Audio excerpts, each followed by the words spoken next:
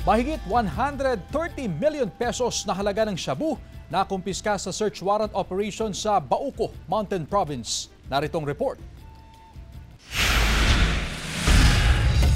Arestado sa search warrant operation ang 26 anyos na lalaki sa Barangay Sadsadan, Bauco Mountain Province umaga noong Miyerkules. Nagsanib puwersa ang PIDEA at PNP sa operasyon kung saan nakumpiska sa subject ang 6 na pakete na naglalaman ng hinihinalang shabu. Nakakuha rin ang mga otoridad ng iba't ibang drug paraphernalia.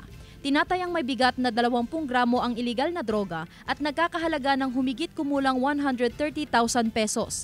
Sasampahan ng reklamong paglabag sa Republic Act 9165 o Comprehensive Dangerous Drugs Act of 2002 ang sospek. Wala pa siyang pahayag. Aabot ito ng 2 weeks na under monitor itong target at nung nagkaroon ng pagkakataon na mahuli ito ay isinagawa ang search warrant para sa kanya.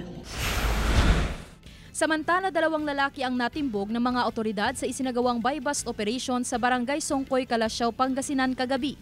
Nakuha sa mga sospek ang isang pakete na naglalaman ng hinihinalang shabu. Nakumpiska rin ng isang caliber .22 revolver sa isa sa mga sospek.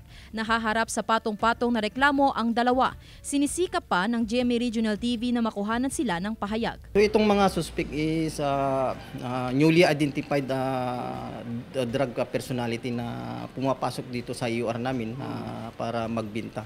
Sandy Salvacio, One North, Central Luzon.